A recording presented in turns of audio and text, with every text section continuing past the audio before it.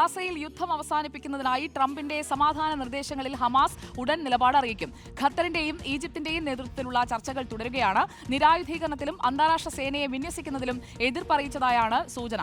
കരാറിലെത്തിയില്ലെങ്കിൽ ഹമാസിനെ തീർക്കുമെന്നാണ് ട്രംപിന്റെ ഭീഷണി. അതിനിടെ ഗാസയിൽ ഇസ്രയേൽ ആക്രമണം രൂക്ഷമായി തുടരുന്നു. 24 മണിക്കൂറിനിടെ 59 പേരാണ് കൊല്ലപ്പെട്ടത്.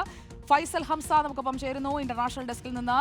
ഫൈസൽ ഹംസ, അശാന്തിക്ക് ഒരു അറുതി വരുത്തുന്നതിനായി ഹമാസ് ഒരു ഫോർമുല ഉണ്ടാക്കിയിട്ടുണ്ട്. അത് ഇസ്രയേലിന് സ്വീകാര്യമാണ്. അത് ഹമാസ് അതിന് വഴങ്ങിയില്ല എന്നുണ്ടെങ്കിൽ നീ തീർന്നു എന്ന് പറഞ്ഞു നിൽക്കുകയാണോ ട്രംപ്? തീർച്ചയായും സുജയ, അങ്ങനെ തന്നെയാണ്. പക്ഷേ ഈ ട്രംപ് പറയുന്ന ഈ 20 ദിന നിർദ്ദേശത്തിന് ഒരു പ്രശ്നമുണ്ട്. അതായത് 20 ദിന നിർദ്ദേശങ്ങൾ അങ്ങ് മുന്നോട്ട് വെച്ചു എന്നുള്ളതാണ്. അതിൻ്റെ ഒരു കൃത്യമായ ഫ്രെയിം വർക്ക് ഇതുവരെ പുറത്തുവിട്ടിട്ടില്ല.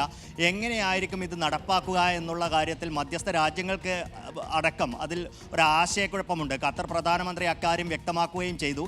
20 ദിന നിർദ്ദേശങ്ങൾ മാത്രമാണ് മുന്നിലുള്ളത്. അതെങ്ങനെയാണ് നടപ്പാക്കുക എന്നുള്ള കാര്യത്തിലെല്ലാം പലതരത്തിലുള്ള ആശയക്കുഴപ്പങ്ങളുണ്ട് എന്നുള്ളത്. ഇക്കാര്യം തന്നെയാണ് ഹമാസും ഉന്നയിക്കുന്നത് എന്നുള്ളതാണ്.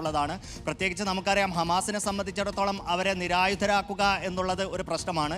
രണ്ടാമത്തെ പ്രശ്നം, ഇടക്കാല സർക്കാരിൽ ഹമാസിന് യാതൊരു തരത്തിലുള്ള പങ്കും ഉണ്ടായിരിക്കില്ല എന്നുള്ളതാണ്. ഇടക്കാല സർക്കാരിൽ മാത്രമല്ല, ഇനി അങ്ങോട്ട് ഗാസയിൽ ഹമാസിന് യാതൊരു പങ്കും ഉണ്ടായിരിക്കില്ല എന്നുള്ളതാണ്. പക്ഷേ ഹമാസ് പറയുന്നത് അവർ ഗാസയുടെ സ്വാതന്ത്ര്യത്തിന് വേണ്ടി പോരാടുന്ന സായുധ ഗ്രൂപ്പാണ് എന്നുള്ളതാണ്, രാഷ്ട്രീയ ഗ്രൂപ്പാണ് എന്നുള്ളതാണ്. അതുകൊണ്ട് തന്നെ പൂർണ്ണമായും ഗാസയിൽ നിന്നും ഉൾവലിഞ്ഞുകൊണ്ട് നാമാവശേഷമായിക്കൊണ്ടുള്ള ഒരു പിൻവാങ്ങലിന് ഹമാസ് തയ്യാറാകുമോ എന്നാണ് എല്ലാവരും ഉറ്റുനോക്കുന്നത്. പക്ഷേ ഹമാസിന് മുന്നിൽ മറ്റൊരു വഴിയും ഇല്ല എന്നുള്ളതാണ് യാഥാർത്ഥ്യം. പ്രത്യേകിച്ച് മധ്യസ്ഥ രാജ്യങ്ങളായ ഖത്തറും ഈജിപ്തും അടക്കമുള്ള രാജ്യങ്ങൾ അവർക്ക് മേൽ സമ്മർദ്ദം ശക്തമാക്കി കഴിഞ്ഞു. ഖത്തർ പ്രധാനമന്ത്രി തന്നെ പറഞ്ഞത്, ഞങ്ങൾ അവരോട് പറഞ്ഞിട്ടുള്ളത്, ഹമാസുമായുള്ള ചർച്ചയിൽ പറഞ്ഞിട്ടുള്ളത്, നിലവിലെ സാഹചര്യത്തിൽ യുദ്ധം അവസാനിപ്പിക്കുന്നതിനാണ് പ്രഥമ പരിഗണന, അതിനപ്പുറത്തേക്ക് മറ്റൊരു കാര്യവും ഇല്ല എന്നുള്ളത് കൊണ്ട് തന്നെയാണ്. എന്തായാലും ഹമാസ് ഈ ഒരു നിർദ്ദേശങ്ങളെക്കുറിച്ച് പഠിക്കുകയാണ്. വൈകാതെ തന്നെ അവർ ഇക്കാര്യത്തിൽ ട്രംപിൻ്റെ ഒരു അൾട്ടിമേറ്റം കൂടിയുണ്ട്. അതുകൊണ്ട് തന്നെ അതിനു മുമ്പ് തന്നെ 3-4 ദിവസത്തിനുള്ളിൽ തന്നെ ഇക്കാര്യത്തിൽ ഒരു നിലപാട് അറിയിക്കും.